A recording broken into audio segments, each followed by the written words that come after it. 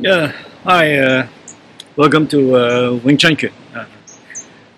I'm back. Had some shoulder injuries. I was doing some chin-ups, and I think I torn a muscle in the back. Then I had shoulder impingement on the shoulder. So for a couple of months, I couldn't do any practice. That's one of the reasons why I didn't post, and the other reason is I think I'm just lazy. I'm just going to here talk about a little bit more about Wing Chun being misunderstood. Unfortunately, a lot of people, they don't really understand the curriculum, and they're doing it all wrong in real life. And I am not talking about people who is not a Wing Chun person. Obviously, they're not going to understand what Wing Chun is. But I'm talking about people who actually taken Wing Chun for years and years and years. And it doesn't matter how many years you've taken Wing Chun. If you get it wrong in the beginning, you're going to get it wrong a year from now. You're going to get it wrong 10 years from now. And you're going to get it wrong the rest of your life. Obviously, Wing Chun is a martial arts, a Chinese martial arts. But nonetheless, it is a art form. So when you go to a class, what we teach you are obviously just techniques. Okay, will these techniques help you in a fight? Well, obviously. But you have to know that we don't teach you actually going to fight. We teach you, well, look, you got 2 hours when people come to class once a week. You come to class for 2 hours. What is the best way to teach somebody if you actually want to go and fight, to go and compete, and we're only teaching you 2 hours, okay? Well, what is the best way to teach you? To fight, to go to fight. Man, you would be coming here and just doing punches in a bag. You'd be just doing punches, you'd be just sparring with people, you'd be just, learning how to punch, how to duck, strengthen your punching, strengthen more of your punching, get your muscles going, get distance right, okay? Then, in 6 months' time, you'd be obviously a better fighter. But then that's not Wing Chun, right? There's no time. There's no time. If you want to be a better fighter, the fastest and easiest way is obviously go to a gym, go to boxing, go to do MMA, go to do Thai boxing.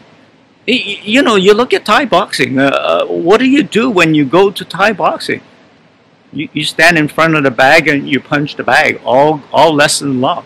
Once you graduate, you get more experience. Then they introduce an instructor, and then the instructor suits up, and you try to instructor feeds you punches, and you try to hit the instructor with the pads. That is teaching you to compete and to go and fight.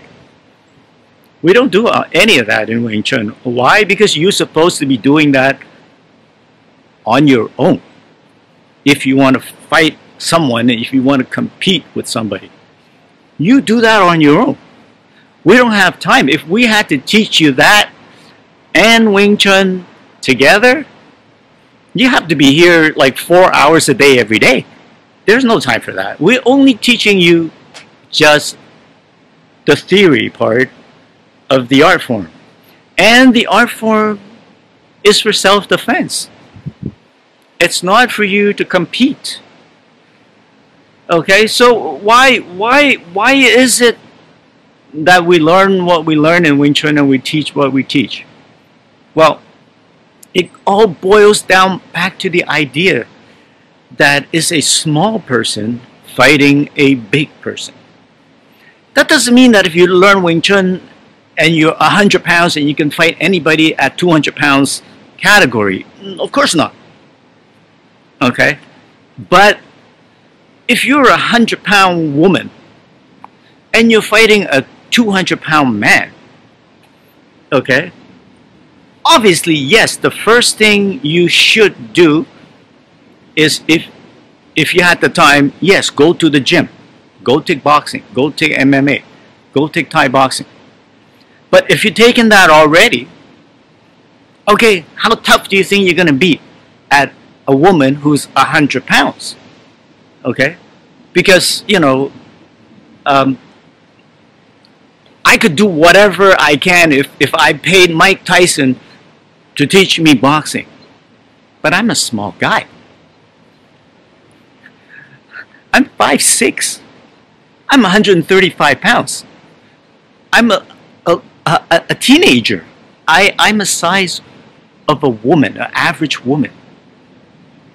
Mike Tyson, if he was my instructor, he's going to tell me just power through.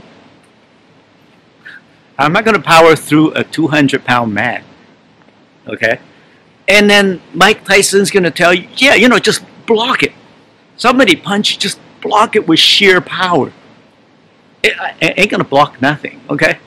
Someone who's way bigger than me, if I go like this and block it, it's going to come right through and move my whole body.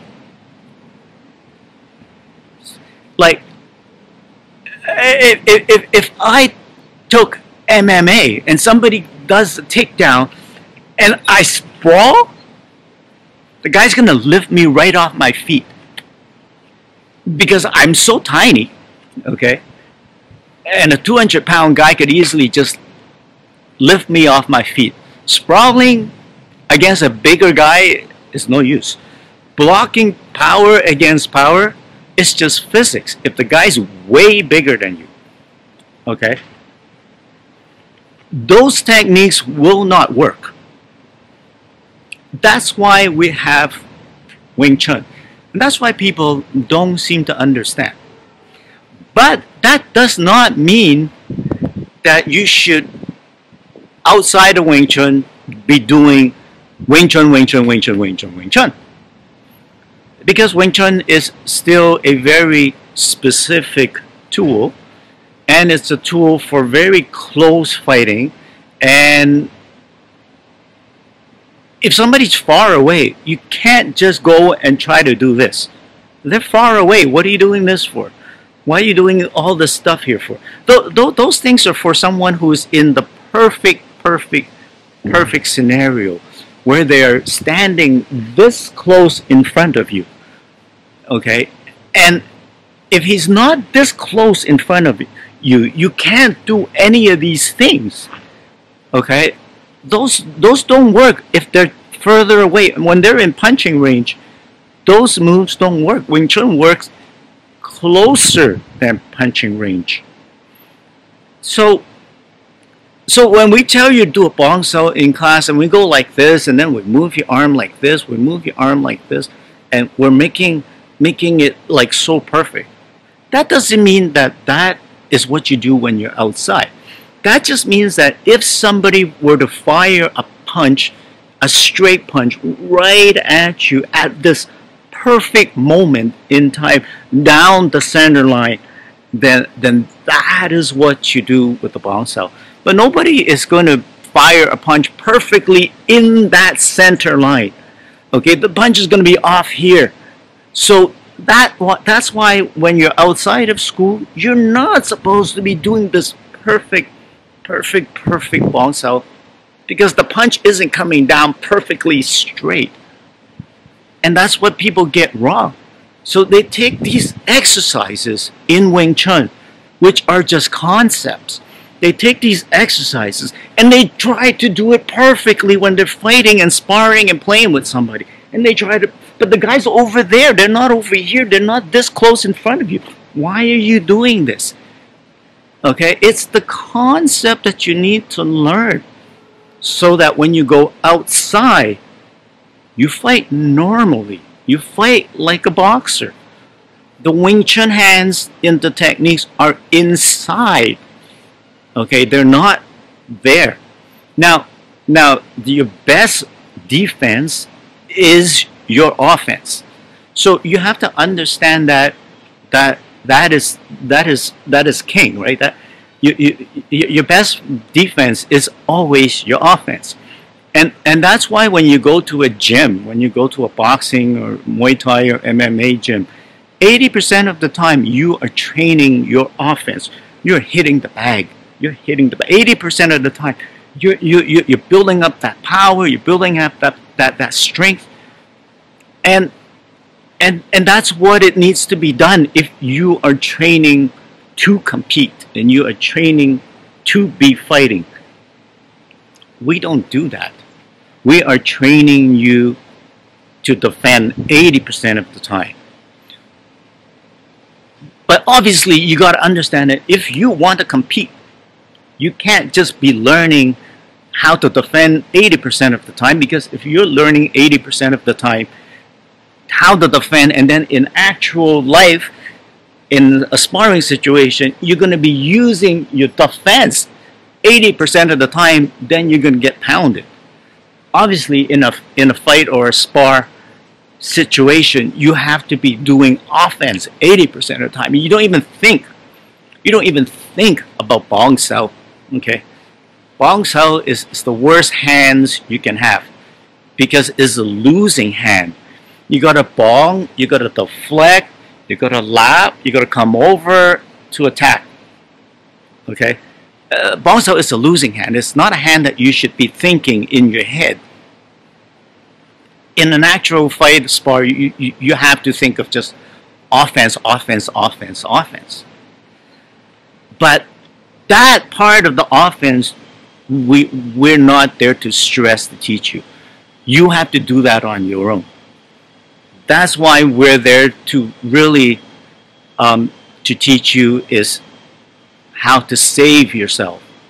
That doesn't mean, obviously, that you should be doing that in an actual fight, thinking in your head how to save yourself 80% of the time.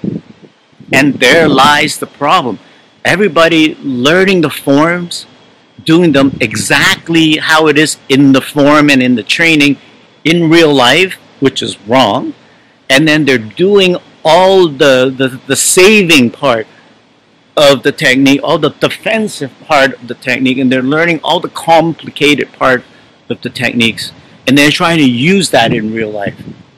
It's not that it's not useful. They are useful, but only 10% of the time. The other 90% of the time, you need to be fighting. You need to be doing your offense. You need to be training your offense if you were to fight with somebody. So that's why Wing Chun is such a misunderstood art form, and not just people that are watching it from the internet. It's people that are doing the Wing Chun for years and years and years. They misunderstand what Wing Chun is. So you come to class, you learn the Wing Chun, but contrary to popular belief, when you go outside of the class, you fight like a boxer. If you learn it well, your Wing Chun will be inside of your arms. They would be inside, not outside. Don't ever try to do the bong. Don't, as I've stated, the bong is not something that you do. It's something that your opponent does on you, that collapses your hand. When you're fighting, when they collapse your hand naturally becomes the bong. And that's why you do not produce the bong. It's your opponent that collapses your hand, naturally goes into a bong.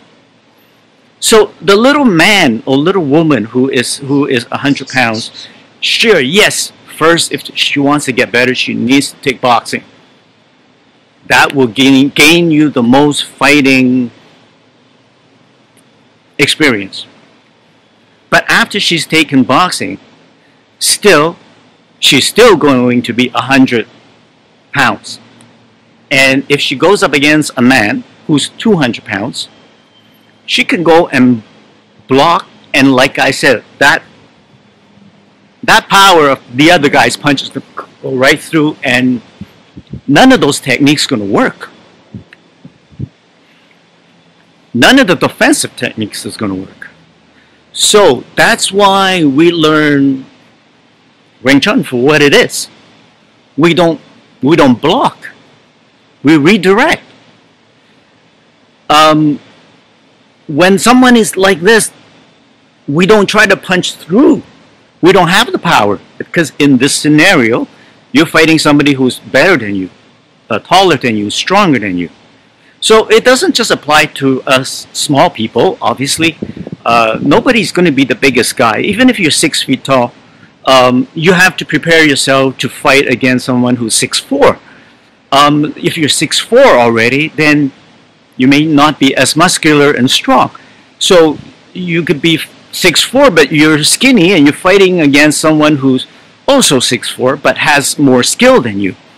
And you can't go through his punches, you can't block his punches, because the other guy's too strong. So you're always learning in the scenario to go around somebody rather than to go through somebody in Wing Chun, because you don't have that power. You don't have that reach. So you kind of have to wait for the guy to attack you, and as the guy attacks you, you step to the side and you punch. And the guy's coming for the right now, because I stepped to the side and he's coming me with the right now. Then I'm going to go and and then come out on the other side to attack them. So that's where we're learning this Wing Chun, is to how to step in from the side. We're learning in Wing Chun how to deflect and redirect their energy as they come at you. That will work the best when you don't have the speed, you don't have the energy, because you're fighting someone bigger, better, and faster.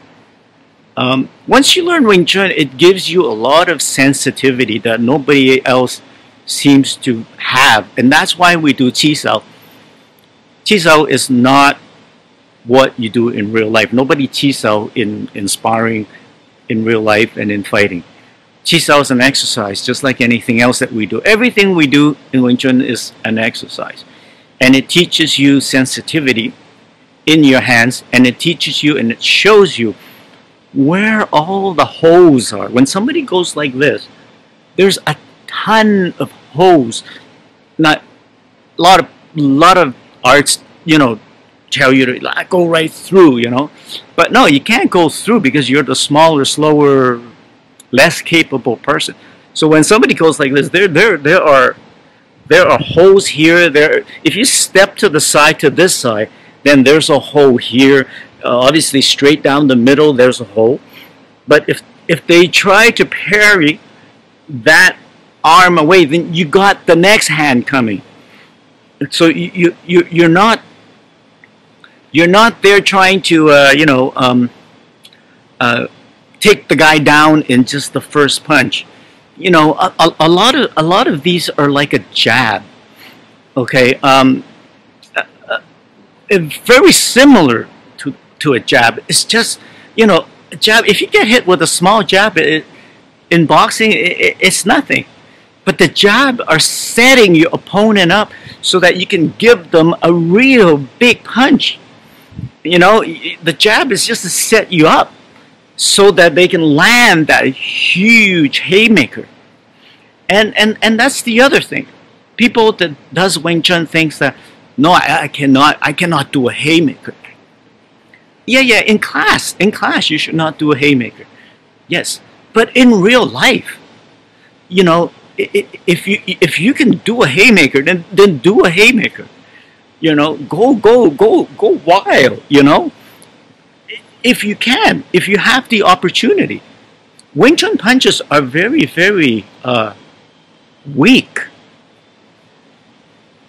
but they are very fast, and you can put a lot of punches. I mean, it's just like a jab. It's just for a second, pow. You go and you overwhelm your opponents. All he sees is a bunch of flying hands. Does nothing to him if it would just bounce off his face. But at that moment, he's seeing these hands. He's seeing these hands, and he doesn't know where you are. I mean, look at the camera here. When Oh, where the hell am I? I'm over here. I'm over here to the side of the person, and I'm ducking right underneath. His hand is here, and I'm ducking right underneath, and I'm just overwhelming, just overwhelming him with a bunch of very quick, in 1 or 2 seconds. You can fire up a lot of these chain punches. It's just to overwhelm his senses. The guy said, "What the hell's going on?" Next thing you know, I'm on the side here, and I'm coming in with a really, really big punch. Either there's a pak and here's the da.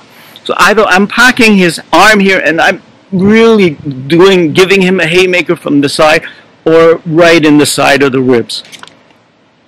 So that's one of the techniques what a chain punch is.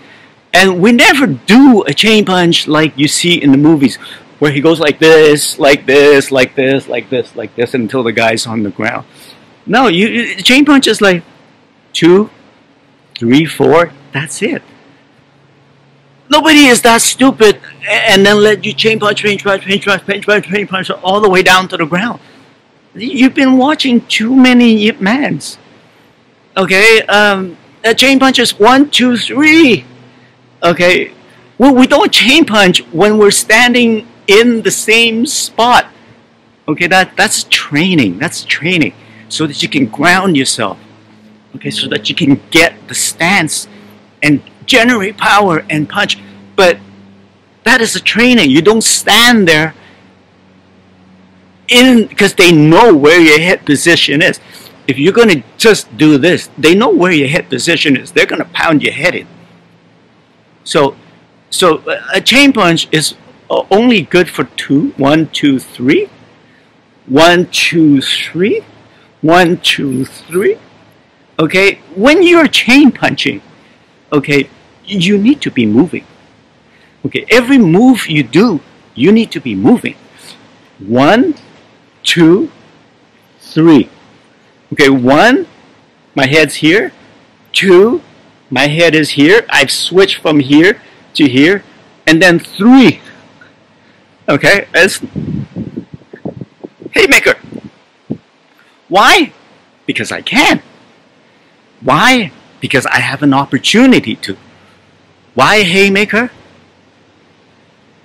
Because it's actually stronger. It's a stronger punch. If you can do it, then do a haymaker. I mean, when you're outside of Wing Chun school, do what you can. Get what you can get. Don't be confined in this Wing Chun thing. It's concept, guys. Don't repeat the drills in real life. Those are just exercise. Those are drills. When you're outside, when you're playing with your friend, when you're sparring with your friend, when you're in a competition, the furthest thing from your mind is the bong cell. The furthest thing. Okay? All these complicated moves, they are only useful in a very narrow, specific situation. When you're outside, just tan da lap da. Tan da lap da, tan da lap da, tan da lap da. That's it. If you can master tan da lap da, it would be super. Easier said than done. Just like most other guys, boxing, Muay Thai, whatever, they take 1 or 2 moves and they practice that move over and over and over. It's like what Bruce Lee says, I'm not afraid of the man who practiced 1,000 different moves. I'm afraid of the man who takes one move and practices that move 1,000 times. But, you know, as a school, we have to teach you more techniques and more techniques because people think that they're getting their money's worth. And that's why we keep teaching you more and more complicated techniques that you will never use. Why? Because you're paying money. They have to teach you techniques. That's just a business.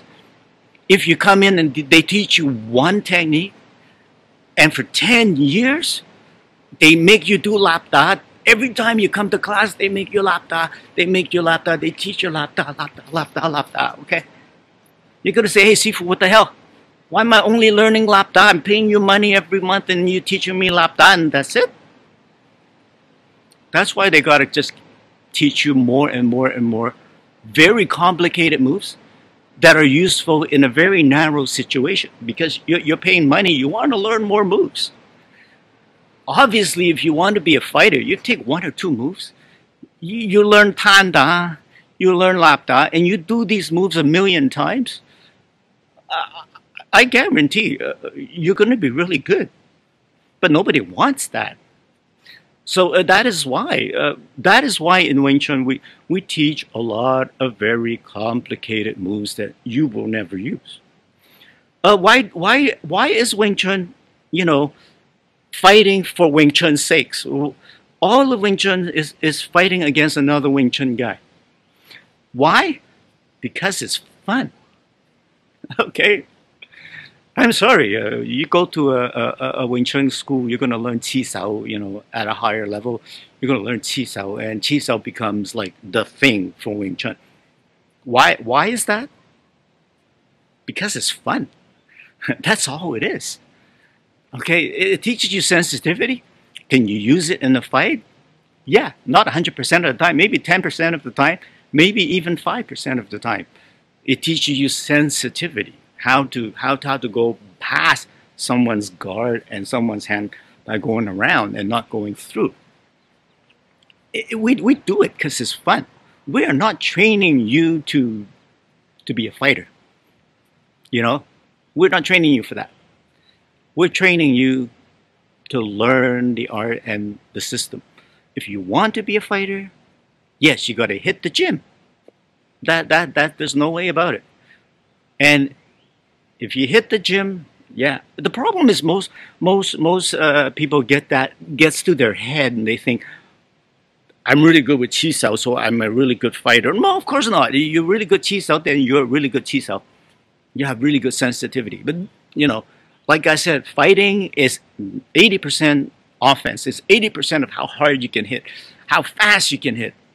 Okay, that you got to learn and practice on your. You don't need a class for that. Hang a bag over a tree or a wall, and then you can work that on your own. Speed, power, endurance, strength, all that stuff is the most important, and that you don't need to pay money for that. You can go and learn that and develop your physical strength by yourself. So that's why we don't force you to do that. You do that on your own. And that's why a lot of people, they get confused and they only learn the forms and they only learn Qi Sao and then they think they can fight and compete. Oh, of course you cannot. If you don't do the regular boxing and the regular MMA and you just learn techniques in Wing Chun, then how are you ever going to fight? And like I said, Wing Chun is a very specific tool for someone very close up against you. So nobody is going to stand right in front of you like this in a match. Okay. But why do I say it's useful? It's self-defense. When you're in a bar, people are going to stand in front of you. They're going to point their finger at you. They're going to literally touch their nose at your nose and they're going to start swearing at you. They want to get close to you, and that's why Wing Chun is useful. And when you're in a bar, you're in a tight space. There's people standing right next to you on the dance floor in a bar. That's why Wing Chun is useful. There's going to be lights flashing. It's dark as hell in a bar. You can't see anything. That's why we use our sensitivity in Qi Sao in Wing Chun. That's when it is useful for you. That's why Wing Chun is not a competitive fighting thing. It's a self-defense thing. So, okay, I think I've really talked too much. Hope you guys have a nice day. Luckily, nice weather. I can do my thing in the backyard. Thanks for watching. It's good that we have nice weather in the summer. Thanks for watching and have a nice day. Thanks. Bye.